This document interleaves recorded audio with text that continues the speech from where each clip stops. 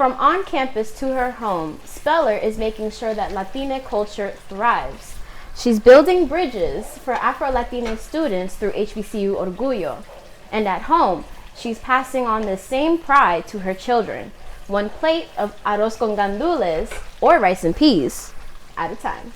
Black women, especially in college, are at the center of discourse on social media.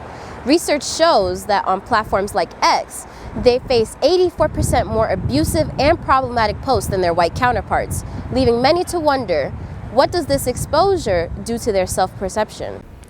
It's springtime here at Howard University, and you know what that means? It's Spring Fest. The yard is buzzing all week, and I'm here to see how students embrace the bison spirit for Spring Fest 2025.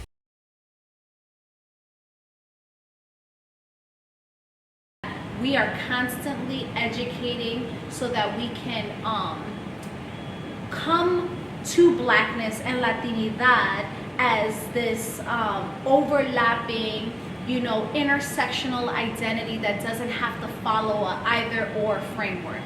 Stacy Speller is no stranger to making space where once there was none.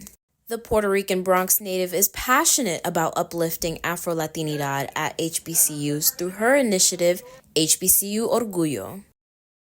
It was this idea that we would infuse the acronym of Historically Black College University with a Spanish word like orgullo, which means pride, right?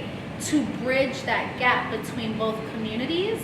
Speller is set to receive her PhD in Higher Education Leadership and Policies at Howard University to build HBCU Orgullo. Her godfather, Creighton Berry, inspired her to attend an HBCU and pledge Delta Sigma Theta Sorority Incorporated at Bethune-Cookman University, motivating her work with global outreach. It was the 5 programmatic thrusts, specifically the thrust that speaks to international awareness. And to me, that's what gravitated me, that this was like a global kind of organization, already thinking about global initiatives and how can I bring that African Latinidad. From on campus to her home, Speller is making sure that Latina culture thrives. She's building bridges for Afro-Latina students through HBCU Orgullo.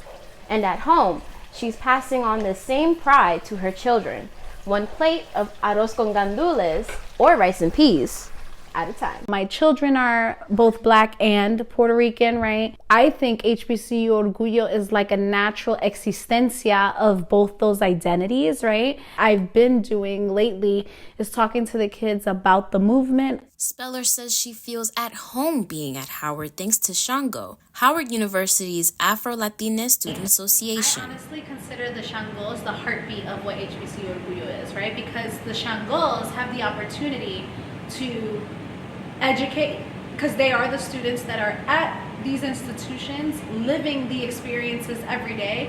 I'm Chantilly McFarlan reporting for HU News Vision. Cell phones are a constant in the hands of college students, though social media overuse raises concerns about its impact on the mental health of Black women in particular. Many Black women say it's difficult to keep up with the trends and beauty standards. Me to throw a party in Miami. People showing like their lifestyle vlogs. It's just like there's no way you can sustain that every single day. It's not benefiting me necessarily because I can't relate to it at all. Black women, especially in college, are at the center of discourse on social media.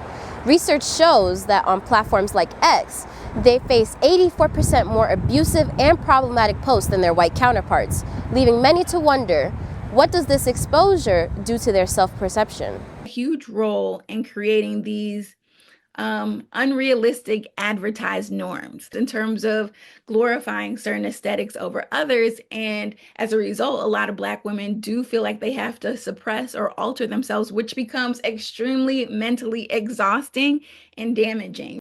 A study in Social Media and Society found Black women use social media the most, increasing risk of mental health struggles like low self-esteem. Khalees Mallory says she learned to set limits. People put on social media what they want you to see.